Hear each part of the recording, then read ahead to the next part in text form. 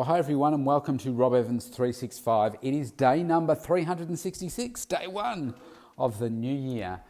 Today I want to talk to you about the surgeon. So, if you've been keeping up the last few days, my shoulder has been getting worse. So I had a phone call with Dr. Matthew Evans today, my surgeon, and it has been 14 days today that he did the injection of cortisone into my AC joint. And I said to him with great disappointment that I am actually in more pain now than I was before he did the injection. And I said that the pain has started to move around to the back as well. And I said that my fear was that it's getting worse because I'm also now being, let's just say, sedentary in the upper part of my body, especially on that side. And I explained the workout that I did on the Friday last week and how it didn't really hurt that much through the workout. I got a little bit of a pain through some exercise, then I stopped altogether. And then, by the time I got to Sydney, it was aching and feeling really, really heavy. And I said, I feel that it's the lack of exercise around the shoulder now, because I know that that's exactly what happened with my right shoulder. I feel like that's the state that I'm falling into now. And as I talk to you right now, I have got, it just feels lazy. So it feels like it's drooping, it's rounded, it's drooping, and imagine it's physically just dropping down towards the ground. And I guess when you look at elderly people, that's what happens with them, isn't it? Like the shoulder slump forward, they lose that muscle definition and strength to physically hold their skeletal system in place. And I feel that that's what's happening with the left, because I can recall similar things happening with the right.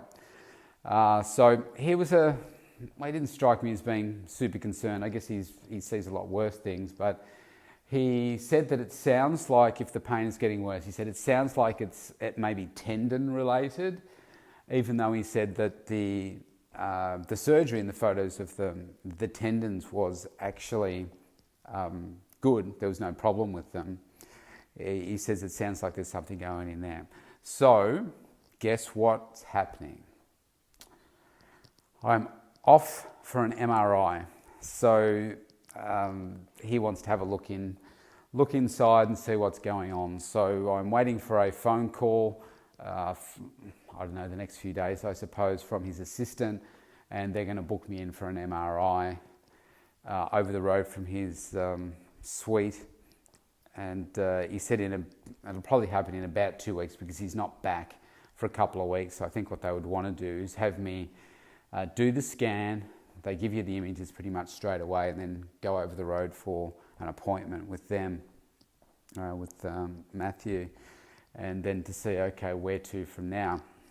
So following on from that, I had my physio appointment today with Jen and gave her the rundown. I said exactly what I just said to you. This is why I think what's happening to my shoulder. She agreed, because she remembered what happened last time. And everybody's a little bit different. And this is why it's important to have, coaches and experts in the field, because not everybody reacts exactly the same. Now, I can tell you with weight loss, for instance, fat loss, that there are some guiding principles that everybody needs to follow. But every now and then there are some things that we need to tweak for, a variety of reasons. But what Jen said was that with my right shoulder, that as soon as I started to rebuild that strength around the shoulder again, it started to get better. And I know that I was in pain for quite a while with my right. And I said, you know what, stuff it. I'm starting to feel like I'm losing too much muscle definition. I got back into the gym, and after one session, the pain that I was feeling had already disappeared. I thought, wow. So that's why I got back into the gym when I did. Now, whether the Road to 600 stuff has flared it up or not, I guess I would be naive to say that, well, the bench press hasn't flared it up. I'm sure it's probably contributed, but maybe I just pushed it too fast, too quickly. But I was feeling so good, so I guess I kept pushing it Maybe that's part of it. Dr. Evans doesn't necessarily think that is the case, but anyway. So Jen has suggested that yes, let's keep moving forward. I did ask the surgeon as to whether I should stop everything. He said, no, you don't need to stop everything. But he said, just don't thrash yourself, and just steady as she goes. So we're going to incorporate a couple of exercises for the shoulder, because it's been probably a month now that I haven't really done any upper body work on that side, and I'm really feeling it. Apart from obviously that test workout I did last week, and I did some back this week. And we'll see if we can get some strength back in there. So basically I'm going to do some shrugs without any weight, and I have to do these every hour.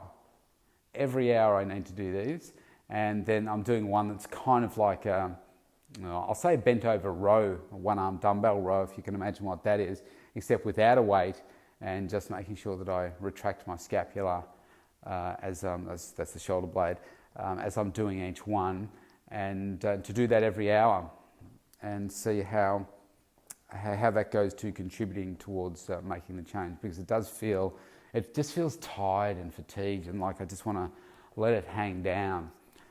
So that is the program that I'm going to do.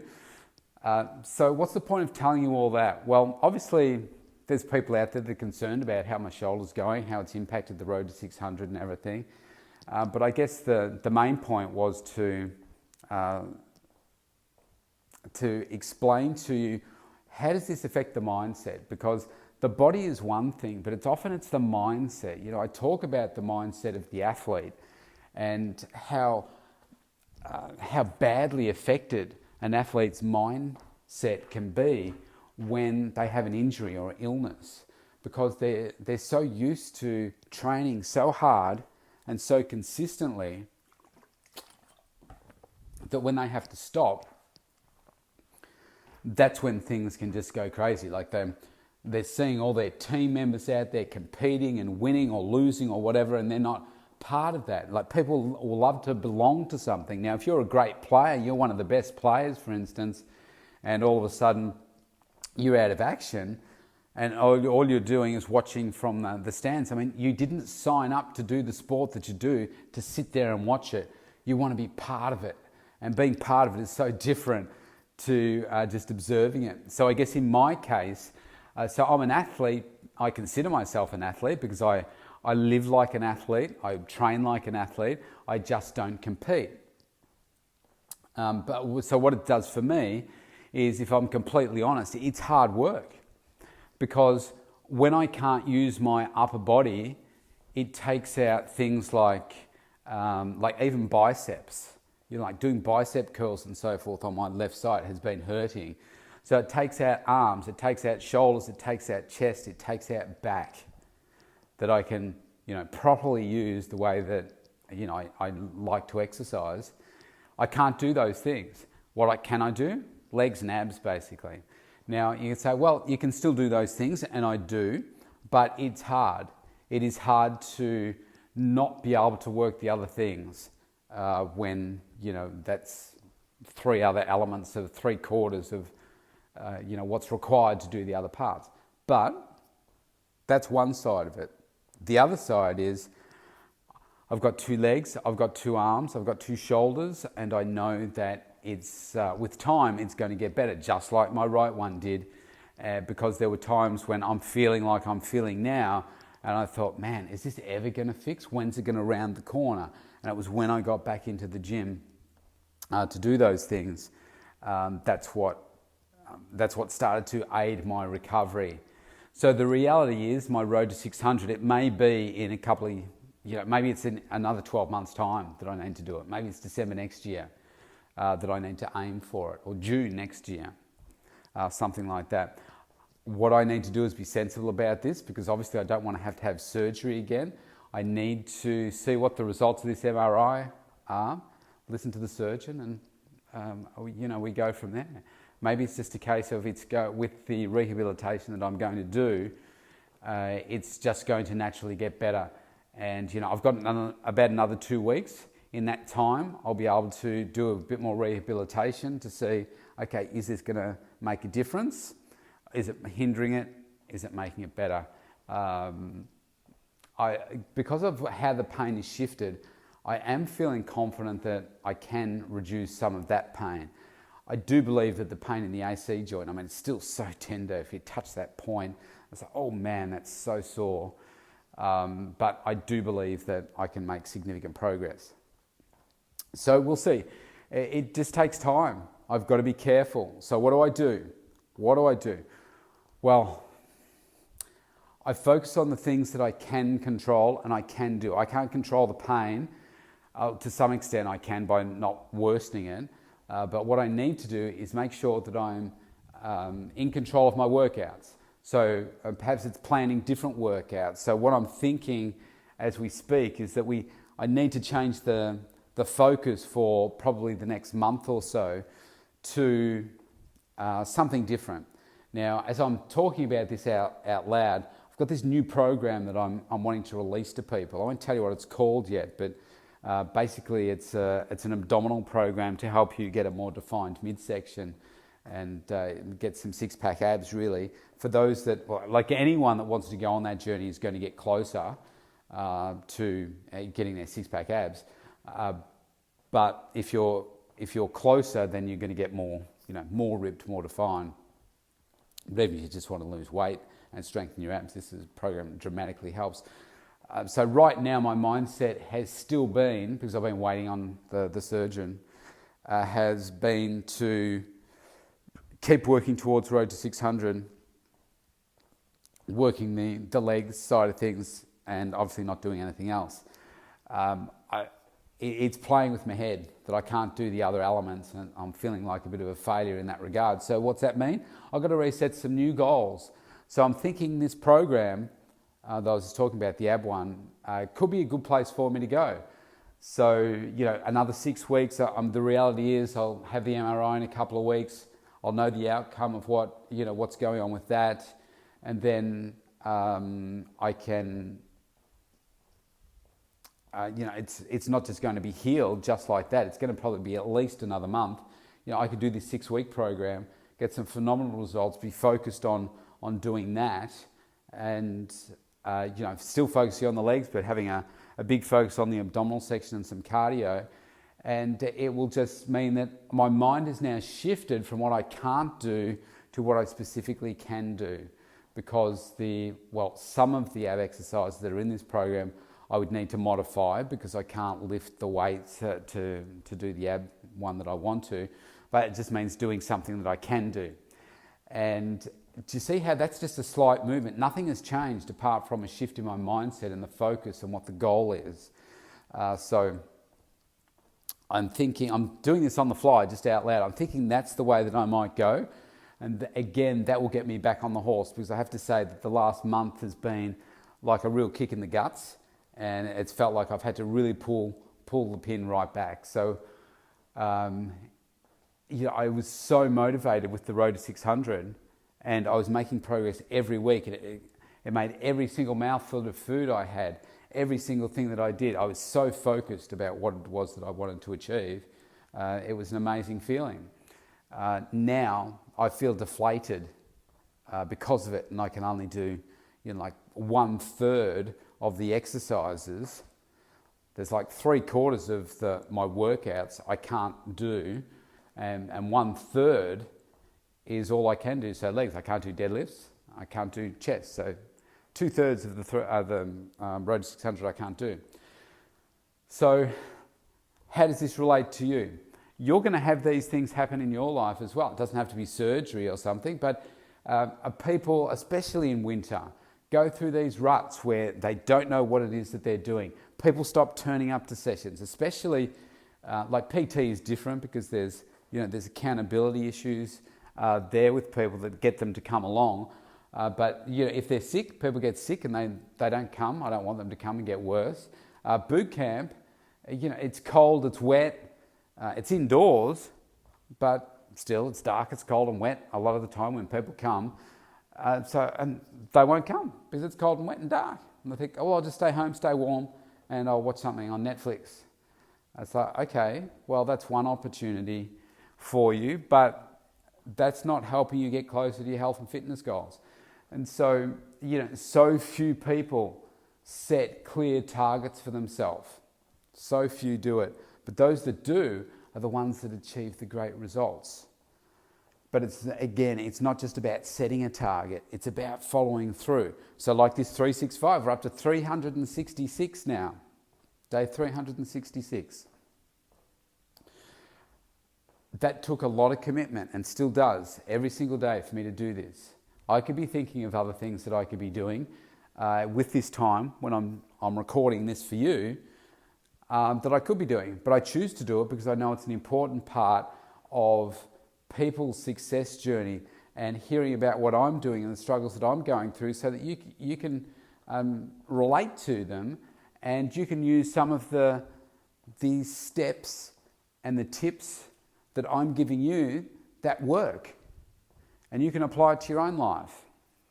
So this is why I'm doing what I'm doing. So it's changing the focus away from one goal because of the injury to say, okay, well, I can't do this. I've got to do something else. Let me use a great example here. So I'm in my studio right now, and I mentioned yesterday about the relationship that I've formed by reaching out to Kerry Potthast. So I've got a beautiful photo with her and me. She's wearing her bronze medal. I'm wearing her gold medal, and man, what an incredible feeling that is to be able to have an Olympic gold medalist allow you to wear their gold medal. I think that's just brilliant. Now, Kerry is an athlete that I don't know the time frame. She won, I know a little bit. So they competed in 1996, and then they won bronze, and they won gold in 2000. And prior to that, so in the 90s, she used to play indoor volleyball. Now, the indoor volleyball, that's crazy. You've got 6 players per side. The speed of that game, because there's more players. In beach volleyball, there's only 2 a side.